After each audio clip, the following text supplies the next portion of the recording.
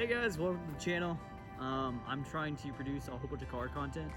If you're local to the Cape Girardeau area and more or less the Scott County facility like Missouri, I'd love to do some content with you.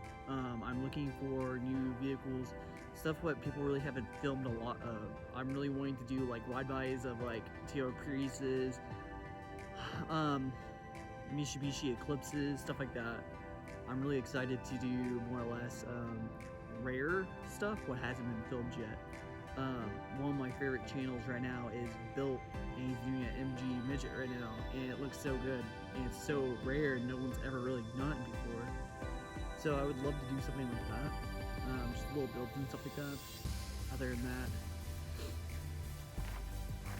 hey guys, this is my S2000 and I've had it for almost a year now. And there's little things I've done, like Fortune 500s, a Shine Hardtop, a test pipe, and some white line suspension parts. The things I can recommend about S2000 is that they're classics. They sound so good, and I really recommend an S2000 to anybody. Like people who are involved and wanting to start off in cars, absolutely. The first month I had the car, I kind of pushed myself a little bit too far with a rear-wheel drive vehicle, and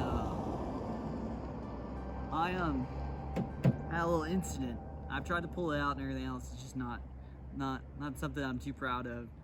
I spun out on a very Levy road, and I was going to fourth to third to try to boost my RPMs and stuff like that. I had spun out, my rear end kicked out, and I totally smashed the front end of my car. It was a for sale sign, so the wood piece hit right there and the chain scratched right into my fender there. So that's what's up with that. Drive like anything you haven't really drove before, and it's one of those things what really impacts your life in a different type of way. It's one of those cars what you can't really say you drove it until you have driven it. Honda nailed this one. They knocked it out of the ballpark. I mean, everything you can feel is in the car. It's not very practical though. You have maybe a body of trunk space. You have a very large engine bay. It's very long hood. Everyone thinks it's a Miata if you're not a car person. It's a car that's sought after a lot right now because there isn't that many in production, and Honda once again nailed this one. It's a beautiful car. Yeah, I really appreciate it. Oh, is a Honda S2000 reliable? Absolutely, 100%. I have tons of videos on my channel right now of me just bashing this car and just completely ripping on it.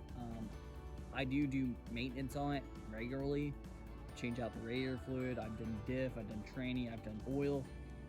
Every 3,000 miles on it. I don't really care if it's fully synthetic or not. It's just what I do personally. Because I do be on it, and the VTEC when it kicks in, it becomes really rich. And it dilutes the oil, so I try to do it every 3. Should you? I don't know. I feel a little silly. All these guys are driving over here with trucks and stuff like that, and they're just watching. They slow down. It gets me all creeped out, like I'm not supposed to be here. I really shouldn't be, but I've never seen anyone over here in this little place. So I think I'm okay. So it's cool.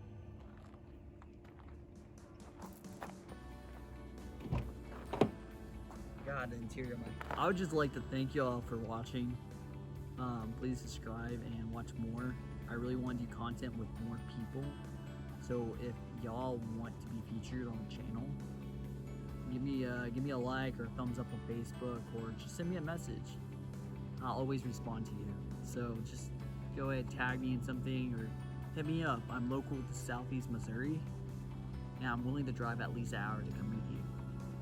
And when I want to come meet you, I would love to just get into it. I can go ahead and set up the cameras and get everything going. and we can probably get a couple videos out of it. So that's something I would love to do. I'd love to help people get their cars up and running.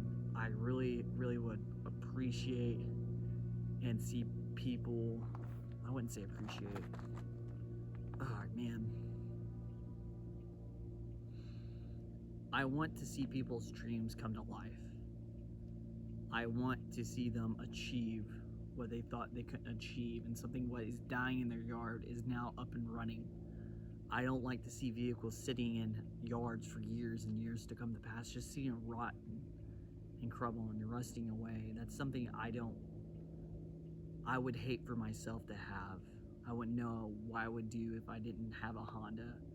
If I had like a RX-8 or RX-7 and it just sat in my yard for half a year, I'd be very disappointed. I'm very happy that I have this car, and that not a lot of people get to have those features.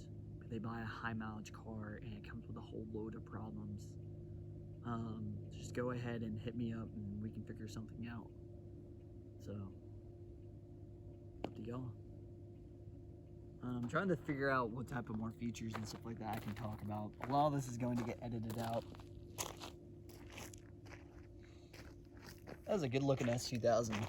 I do say so myself.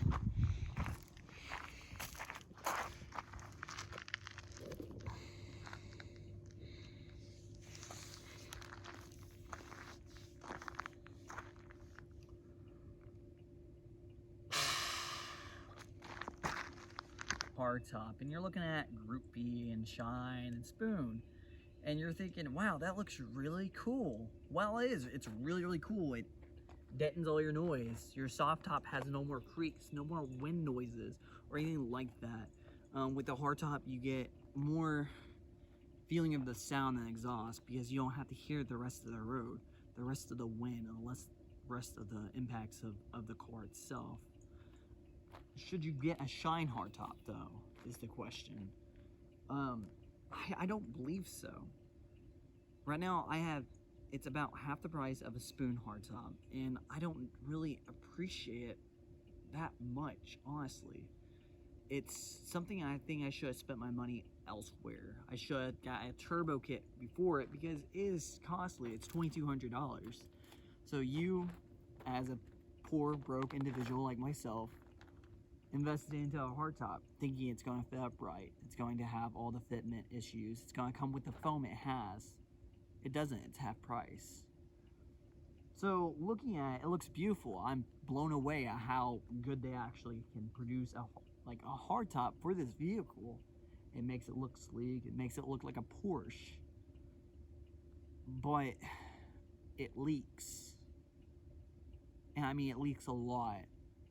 I've tried putting foam underneath it in certain areas, and I've even taken out the soft top to provide more clearance so it can sit firm onto the chassis. But I still have problems with this soft top or this hard top. I love it, but I hate it too. There's so much more work you have to put into it. I can't speak from personal experience for Spoon hardtops, but I feel like it'd be the same direction. Everything has their own little fitment issues and all their own little problems. But the car feels nicer. It feels more planted. I can actually feel the car squat at more higher speeds because of the deck tails down there. I can feel less resistance from the wind. I can feel less weight in the rear because the hard top or the soft top was so heavy that was almost double the weight of this hard top. I don't think it's an appropriate purchase now for me myself, but maybe for you. Maybe your car's already built and you're just trying to change up your look. Then yeah, absolutely. But my car's nowhere near being finished. Don't get me wrong, I do have to get paint done because the paint's coming up. The clear coat's coming out. But it's definitely one of those things you have to kind of consider for yourself. I do think it's half price of the Shine or the Spoon hardtop, and I do believe it's good enough quality to just look cool.